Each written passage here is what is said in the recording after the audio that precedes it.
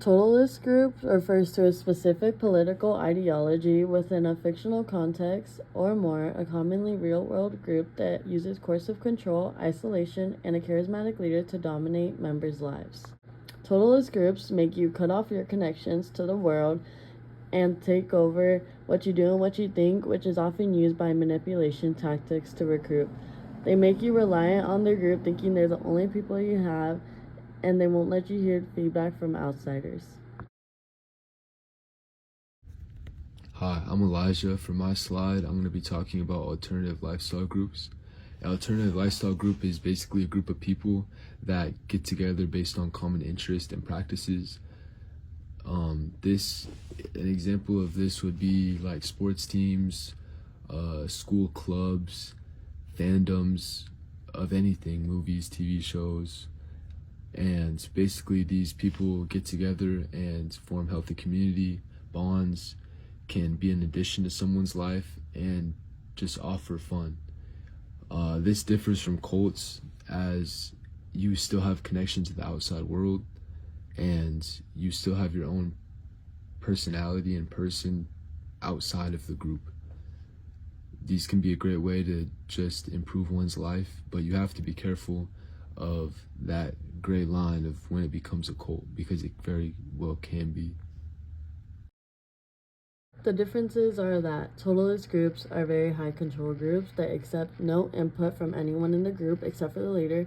They have the charismatic leader who they follow and look up to, and they use control and manipulation tactics to recruit those to be in the group and make you emotionally attached.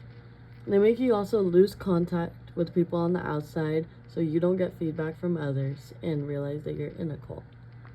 So, the biggest difference between totalist groups and alternative lifestyle is the leadership. The leaders of the alternative lifestyle groups are more focused on people expressing themselves rather than forcing them to believe the same. They want people to be themselves and be in the group to find people with similar interests. The alternative lifestyle kind of works as a safe space where people can express their passion even though it's off mainstream. Another difference between the groups is that alternative lifestyle does not disconnect you to your family or close ones. The reason people can mix totalist groups and alternative lifestyle is the way they look on the outside. An example of this is goth subculture and the John Birch Society.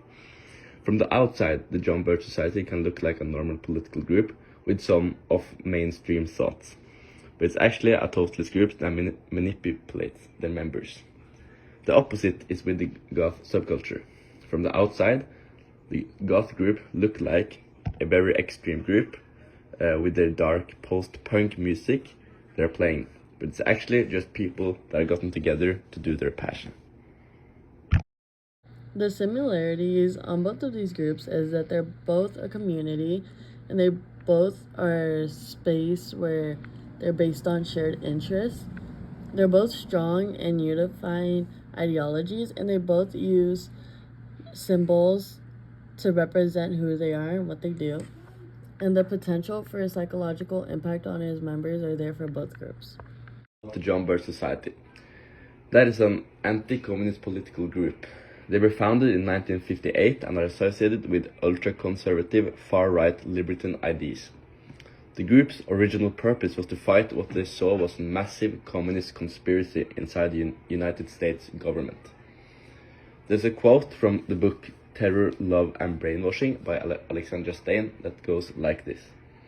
But in a totalist system, no differences are allowed. All are pressed together and compelled to have a single set of beliefs, goals and behaviors. This helps us understand groups like the John Birch Society and how they operate. The way this group operates is that they make you think that the mainstream and government is manipulating you and is lying. This makes it hard for members to know what is actually real or what is a lie. They want to disconnect their members to the real world and their family and friends and force them to get closer to the group. The leader's manipulation makes them able to control ordinary and vulnerable people's thoughts and make them loyal followers. It is truly when a community isolates, demands loyalty and replaces people's own thoughts and judgments with their leaders that it can become a totalist group. This does that almost anybody can be a victim to this kind of manipulation. An example of a totalist group is the Newman tendency.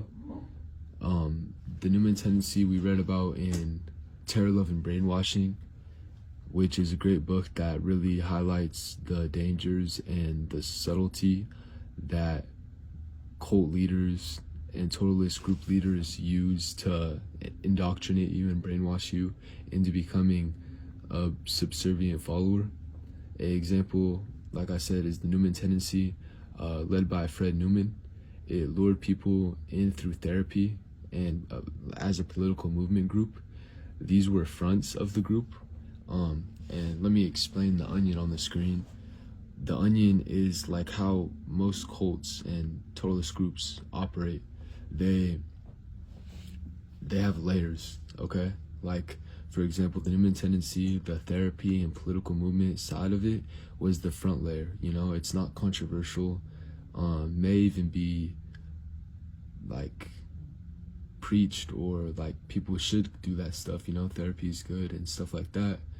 But if you really dig deeper, they bring you in and then they bring you to the second layer of the onion, which then could be start to cut off your family, or they're holding you back. And then as you get deeper and deeper, you just become totally under the control of the totalist.